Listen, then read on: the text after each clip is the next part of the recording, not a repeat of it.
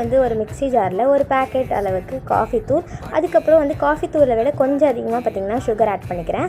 இன்றைக்கி நான் மட்டும் தான் பார்த்திங்கன்னா குடிக்க போகிறேன். ஸோ அதனால் நான் கொஞ்சம் குவான்டிட்டி பண்ணியிருக்கேன். உங்களுக்கு வேணால் நீங்கள் நிறைய பண்ணிக்கலாம்.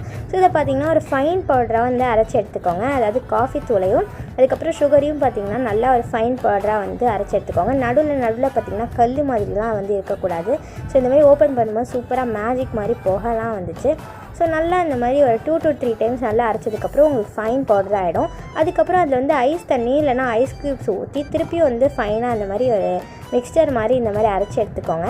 நெக்ஸ்ட்டு இதை பார்த்திங்கன்னா ஒரு பவுலில் மாற்றிட்டு ஒரு ஸ்பூன் அப்படி இல்லைனா விக்ஸ் வச்சு நல்லா வந்து ஒரு 2 to 3 மினிட்ஸ் வந்து இந்த மாதிரி விக்ஸ் பண்ணி எடுத்துக்கோங்க. ஒயிட் கலரில் வந்துச்சுன்னா இன்னும் சூப்பராக இருக்கும் உங்களோட காஃபி.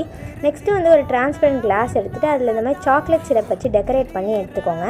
நெக்ஸ்ட்டு அதில் வந்து சில்லுன்னு வந்து பால் ஊற்றிட்டு அதுக்கு மேலே நம்ம பண்ணி வச்ச மிக்சரை பார்த்திங்கன்னா ஊற்றிட்டு ஒரு ஸ்ட்ரா வச்சு மிக்ஸ் பண்ணி குடிச்சு பார்த்திங்கன்னா சூப்பரான ஐஸ் டீ ரெடி ஆகிடும். நீங்களும் மறக்காமல் ட்ரை பண்ணி பாருங்கள். பாய்.